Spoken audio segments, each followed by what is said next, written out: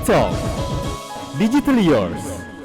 Saya berharap bahwa apa yang saya sharing ini bisa menjadi sesuatu tambahan knowledge dan juga mungkin menjadi sharing experience. Saya yakin bahwa apa yang saya berikan ini hanya merupakan dasar, jadi masih mesti banyak digali lebih jauh lagi. Kita coba masuk ke blockchain. Mungkin pertanyaannya blockchain itu apa sih? Blockchain ini kalau dikatakan ini adalah sebetulnya secara bodohnya gitu Pak, ini adalah file yang di-share Pak. Jadi file yang di-share dan dimasukkan, kemudian untuk masukkan itu setelah itu harus di-confirm dan di-encrypt supaya aman itu ya. Ini blockchain itu pemikirannya itu, tapi ternyata nggak cuma satu, tapi banyak bloknya. Kalau kita mau bicara secara mudah Pak, kalau kita lihat ada file di dalam apakah itu Word, apakah itu Excel atau PPT, itu kita sering sekali kita bikin yang pertama kita kasih versi P10, kemudian kita save ini, kita lakukan perubahan, kita bikin versi 11, kemudian versi 12.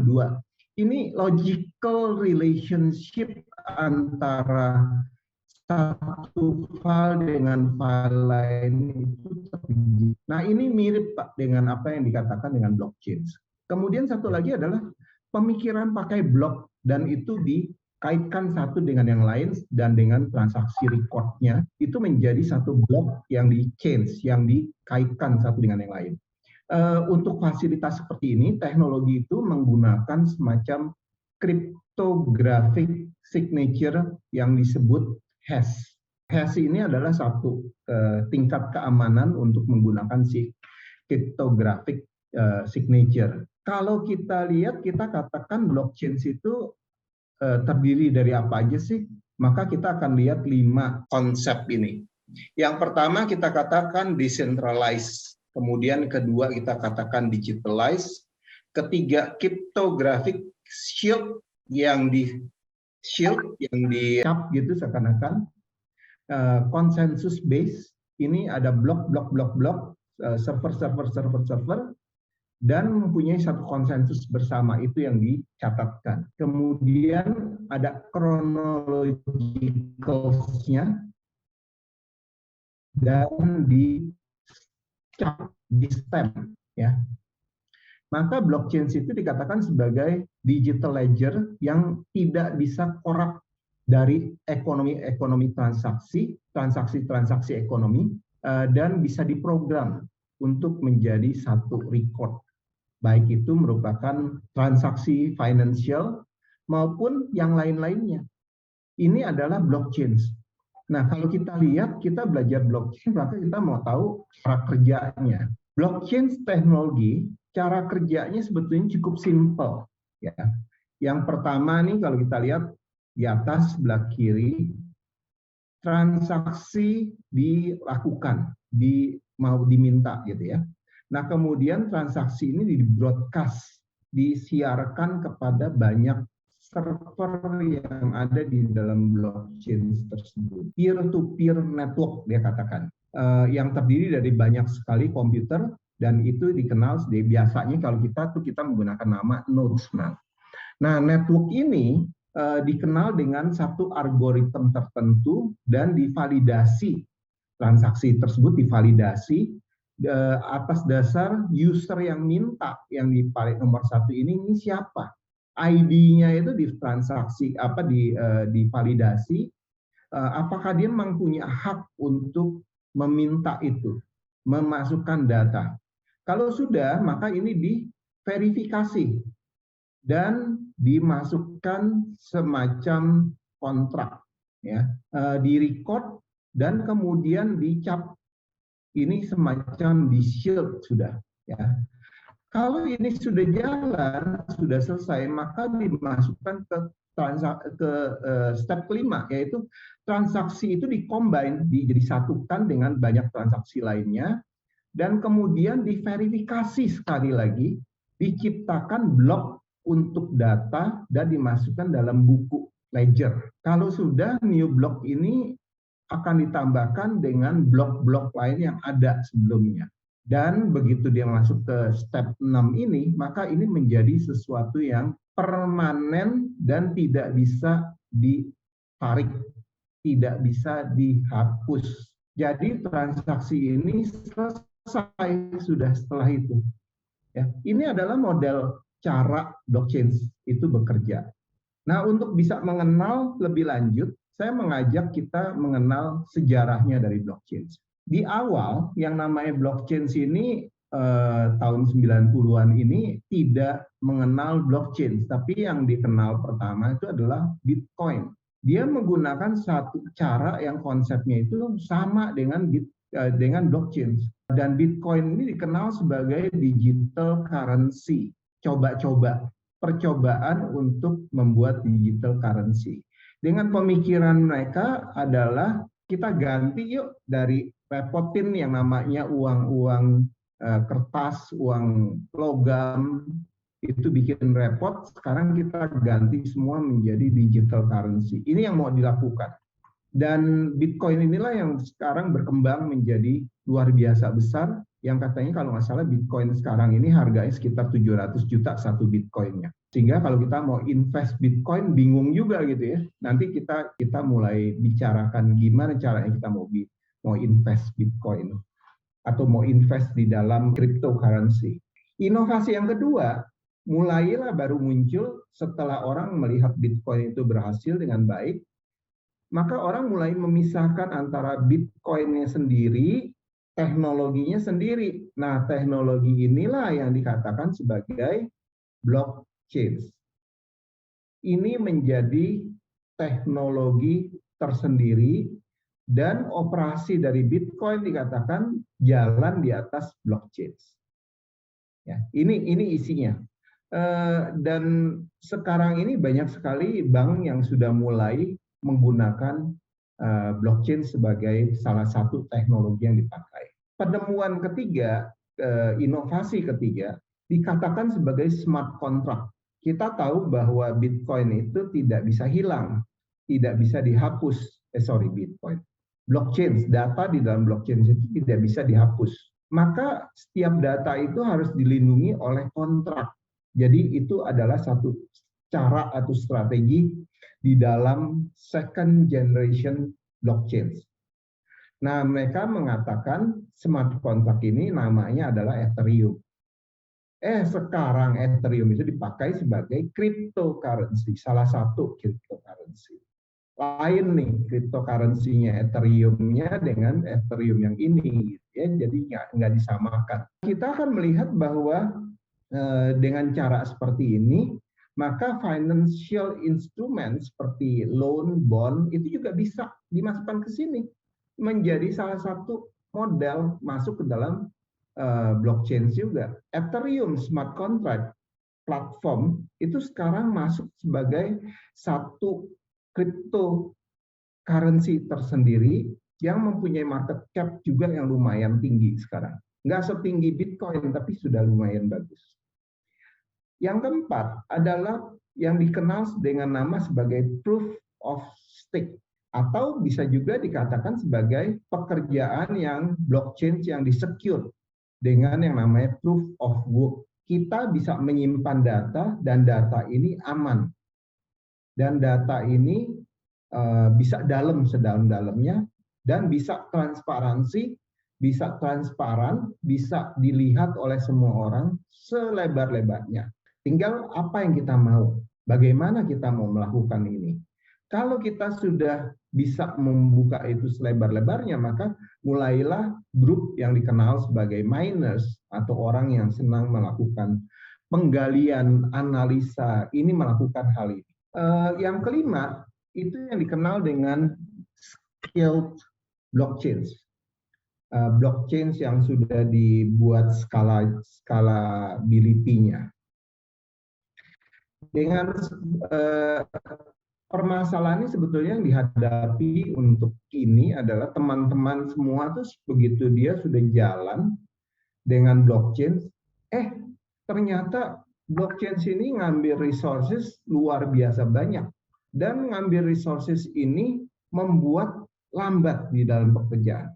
Sedangkan orang begitu dia masuk ke blockchain, apalagi sudah menggunakan big data, menggunakan AI, menggunakan machine learning, maka dia mau cepat sekali pekerjaan. Maka dibuatlah yang namanya skilled blockchain yang sebetulnya sudah diproses dulu sebelum dia masuk, sehingga pada waktu dia masuk, kecepatan masuknya itu luar biasa cepat dan sangat menghemat dari processor power. Dengan demikian diharapkan bahwa blockchain ini akan bisa menyamai atau bahkan melewati yang namanya competitiveness dengan Visa atau SWIFT yang sekarang ini menjadi salah satu patokan dari transaksi keuangan. Oke, kalau gitu blockchain itu apa sih? Nah, saya coba ngambil nih informasi ini.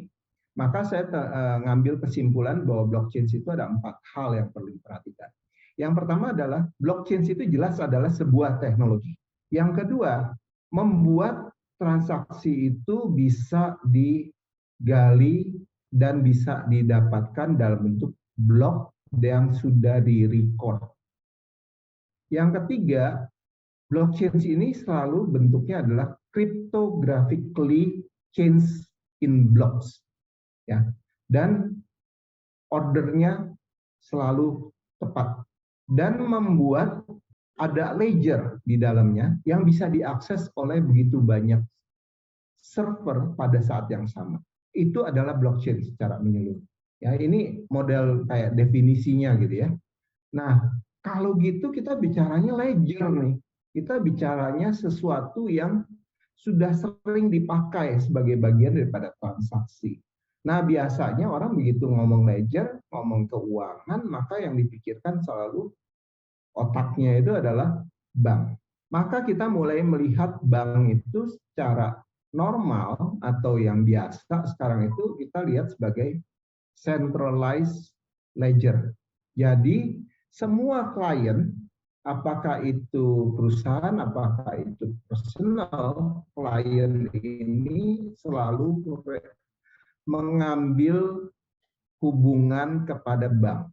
Jadi dia nggak sendiri-sendiri berbeda-beda, tapi dia selalu menyamakan bukunya dengan bank. Dia mau tahu uangnya dia secara cash ada berapa di bank. Utang, piutang itu juga sama, ledgernya ada di bank.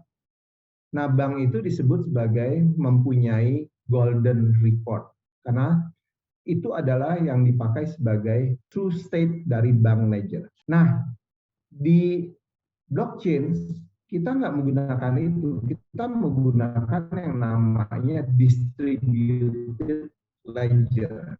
Ini adalah satu ledger, bentuk ledger yang beda, di mana nodes yang klien-klien tadi itu mempunyai kedudukan yang sama, level yang sama, bisa diakses dengan cara yang sama, dan punya true state masing-masing di nodes sendiri-sendiri. Dan mereka saling copy satu dengan yang lain. Akibatnya kita nggak bisa kita bilang, oh kita kalau kita mau ngerubah, oh kita punya data adanya di node D. Kita nggak tahu kalau node E kita punya juga data kita. Node C juga punya, node B juga punya. Jadi kalau saya rubah di node B, maka node yang lain ini tidak bisa berubah, maka dia akan merubah balik node B tadi itu kembali ke posisi semula. Akibatnya itu adalah posisi ledgernya. Nah, dengan demikian keuntungannya adalah nggak bisa cyber attack itu melakukan copy attack, melakukan perubahan di salah satu saja. Kalau dia mau melakukan semuanya, impossible. Oleh karena itu yang namanya distributed ledger itu mempunyai keuntungan dengan keamanannya, tingkat keamanan yang tinggi. Dan distributed ledger ini menyebabkan kita bisa secara ekstensif, transparan kepada semua user. Bagusnya di situ. Ini adalah advantages daripada si distributed ledger. Nah, distributed ledger itu kalau kita lihat dari entity yang seperti ini, yang sebelah kiri, ini kita sering sebut sebagai satu entity karena dia berhubungan dan menjadi satu. Tapi kita bisa rubah-rubah, kita bandingkan dengan yang sebelah kiri, maka ini menjadi 4 entity terpisah, atau kita katakan dengan multiple entities. Ya, ini adalah modelnya dari distributed ledger. Gimana cara kerjanya?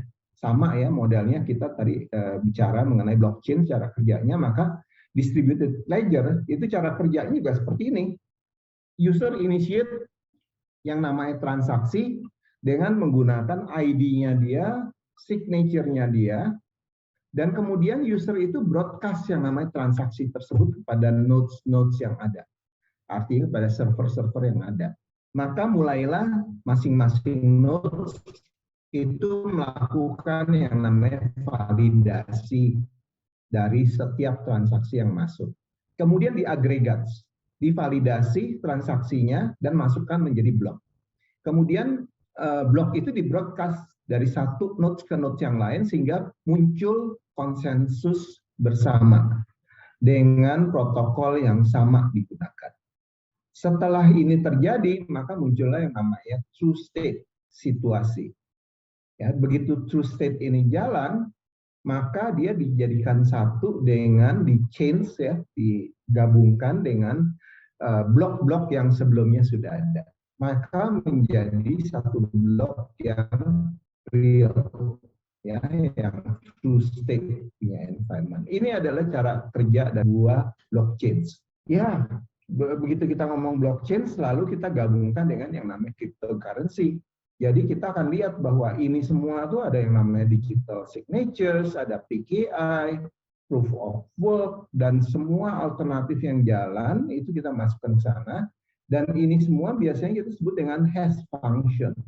Nggak ada sesuatu yang aneh. Ini normal pekerjaannya seperti tadi.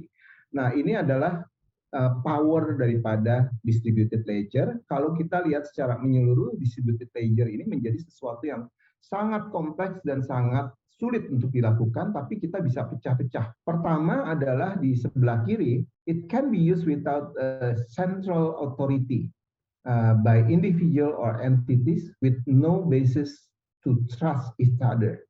Ya, jadi kita bisa katakan bahwa ini bisa jalan begitu aja, kita nggak perlu semua orang saling percaya satu dengan yang lain gitu saja. Tapi dia harus dilakukan checking and recheck untuk sebelum bisa menjadi block, menjadi true state environment. Ya.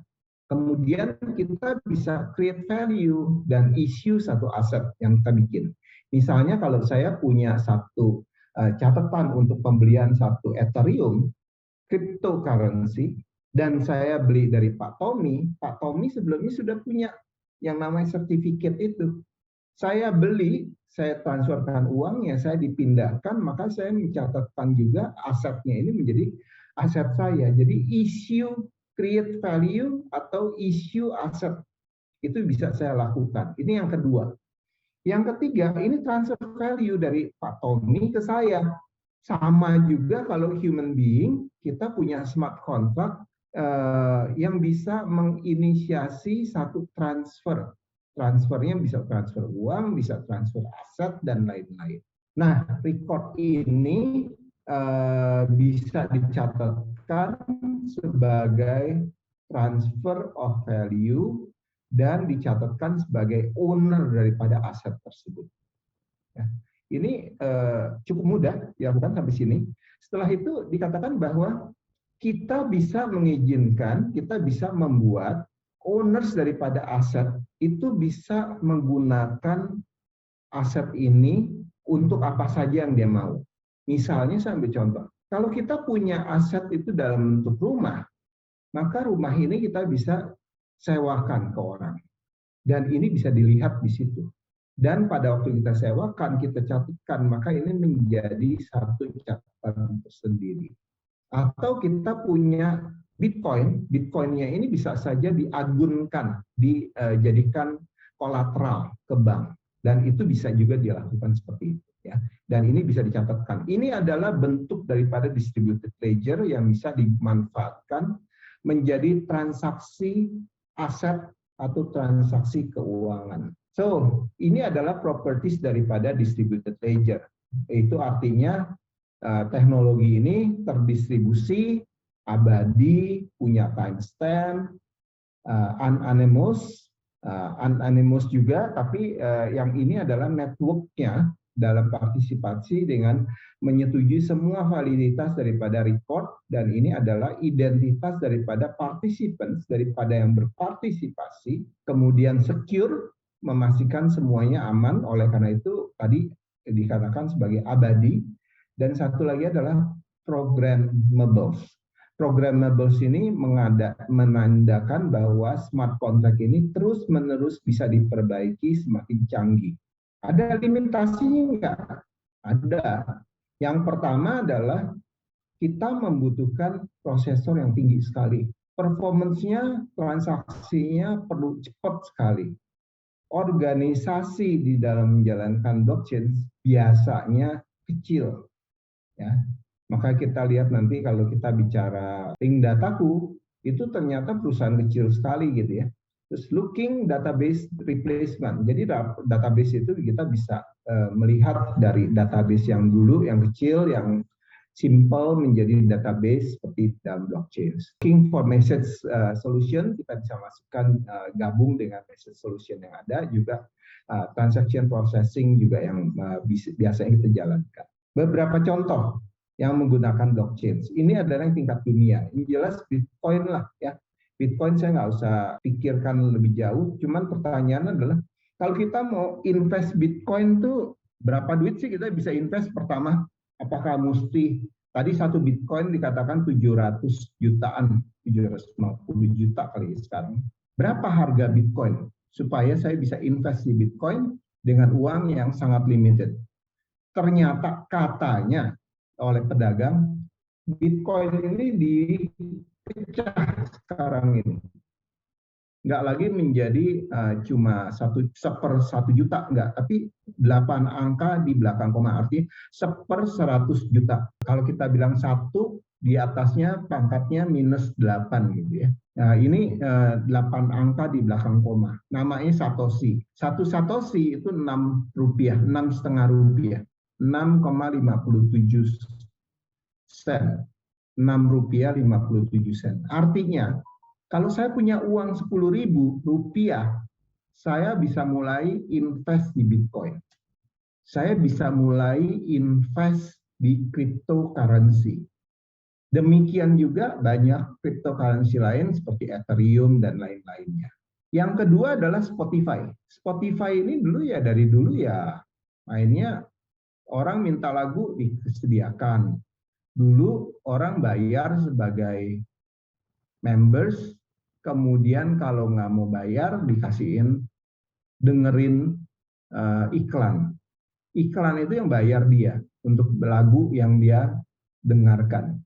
Kemudian Spotify tidak hanya itu, tapi dia juga membantu si artis yang menyanyi lagu tersebut atau yang memainkan lagu tersebut itu mendapatkan royaltinya. Royaltinya ini dibayarkan oleh Spotify dalam bentuk yang sekaligus. Cuma dulu problemnya adalah si artis selalu komplain karena dia bilang, kok begitu banyak yang dengarkan saya punya lagu, saya cuma dapat segini, kecil sekali. Bagaimana saya bisa tahu? Nah, kemudian si Spotify ini mulai bekerja sama dengan yang namanya media change. Bahkan sebetulnya media change ini diakuisisi oleh blockchain, oleh Spotify. Media Labs, Media Change Lab, ini secara transparan dia merecord yang namanya permintaan lagu dan yang didengarkan oleh user. Karena dia pakai blockchain, maka ID daripada pendengar tersebut itu menjadi clear dan nggak bisa dihapus. Maka mau nggak mau si artis itu menjadi percaya dengan posisi ini. Ini adalah satu cara yang baru dengan labeling tertentu sehingga kedua pihak, baik itu Spotify, baik itu artis, dua-duanya dalam keadaan happy. Satu lagi asuransi, AIA. Kalau asuransi ini kan konsepnya kan simpel sebetulnya. Dia bayar premi, dia ambil asuransi, dia bayar preminya, kemudian kalau ada kejadian, diklaim. Maka premi ini, si asuransi ini bayar klaim tersebut dengan catatan bahwa data-datanya semua sudah benar. Kejadiannya sesuai dengan apa yang ada di dalam kontrak asuransi tersebut. Jadi kontraknya itu diperlukan dan perlu di-share datanya antara asuransinya, agennya, dan si yang pemegang asuransi. Nah, apa yang dilakukan oleh AIA itu dia menggunakan blockchain untuk menjamin yang namanya data-data dan dokumentasi itu bisa dilihat secara real dan secara transparan. Akibatnya apa dengan cara seperti ini? Proses untuk mengatakan aplikasi ini valid untuk bisa dibayarkan untuk klaim asuransinya atau tidak secara sangat cepat, transparan, dan kecepatannya meningkat. Saya share yang terakhir ini adalah mengenai link dataku. Saya kebetulan bersama-sama dengan beberapa teman itu kita menemukan link dataku. Ini Profesor Eko Indrajit juga termasuk di dalam salah satu founder dari ini. Ya. Link dataku adalah kita bisa klaim sebagai the first digital storage in Indonesia that uses blockchain technology. Apa yang kita lakukan? Sebetulnya kita setelah kita melakukan research, kita menemukan problem. Problemnya itu ini. Yang pertama, orang di Indonesia itu banyak sekali masih secara tradisionally menyimpan yang namanya dokumen-dokumen secara fisikal di rumah. Kita tahu bahwa dokumen-dokumen ini sering sekali hilang atau kelupaan ditaruh di mana. Yang kedua, kalau kena banjir, kena rayap, kena ini dan itu, maka dokumen ini menjadi rusak atau hilang. Yang ketiga adalah kita tahu juga bahwa digital data tadi kalau bisa di-digitalize, ini repot di dalam nyimpen. Kenapa? Bisa dihack orang. Begitu dihack, kita nggak tahu apa yang terjadi. Maka kita punya data tadi yang bisa dihack, itu bisa juga disalahgunakan. Maka dikatakan lots of data falsification. Nah, oleh karena itu kita coba jawab. Link dataku coba menjawab dengan solusi. Solusi yang pertama mengatakan bahwa secure digital document storage. Dengan security ini kita harapkan digital storage tadi menjadi aman dan bisa kita pertanggungjawabkan. Yang kedua, tools-nya itu support untuk valid dan easy way to verify data. Jadi bisa dilegalisir. Ya, kalau dulu kalau kita kita mau bahkan daftar universitas saja, yang namanya legalisir ijazah itu mesti. Terus banyak lagi yang mesti dilegalisir, termasuk sertifikat-sertifikat. Nah, itu yang dijawab, itu yang dilakukan oleh link dataku. Nah, oleh karena itu kita terus berpikir, siapa aja nih ya yang bisa menjadi kita punya ekosistem, link dataku punya ekosistem. Yang pertama jelas adalah formal education institution, baik ini universitas, SMP, SMA, dan lain-lainnya. Kedua, informal, ini kursus-kursus training, dan lain-lainnya. Ketiga, kita akan melihat yang namanya student dan professionals, yang informal education. Nah, sebelumnya biasanya yang namanya Kemenristek Dikti ini menjadi salah satu yang akan sangat memanfaatkan link dataku. Kemenristek Dikti sudah memberikan beberapa komentar bahwa mereka membutuhkan storage yang dipunyai, mirip yang dipunyai oleh link dataku. Terserah dari masing-masing universitas bagaimana mau memecahkan permasalahan untuk bisa mendapatkan yang sama dengan link dataku. Yang kemudian biasanya kita terus juga bicara mengenai yang namanya employers yang mempunyai karyawan, headhunter, search company, kemudian background check dari perusahaan. Perusahaan-perusahaan itu selalu kalau mau mencari karyawan, pasti dia akan ngecek yang namanya background. Ada beberapa website, beberapa aplikasi yang juga mempunyai mirip dengan link dataku, tetapi tidak bisa dilakukan untuk cek background. Kenapa? Karena tidak ada penampilan dalam sertifikatnya. Yang ada adalah hanya dalam bentuk CV. CV itu bisa saja berbohong. Ya, itu yang kejadian. Nah, ini adalah ekosistem dari link dataku untuk kita berkolaborasi bersama. Kenapa link dataku? Yang pertama adalah karena abadi, datanya itu sekali di-store, tidak bisa dirubah, tidak bisa ditarik, secure, aman, trustworthy, bisa dipercaya, datanya terverifikasi dengan baik, dan transparan. Kita bisa bayangkan kalau kita menjadi member dari link dataku, maka premiumnya kita dapatkan 5 tempat secara free untuk menyimpan surat berharga, ijazah, ataupun sertifikat.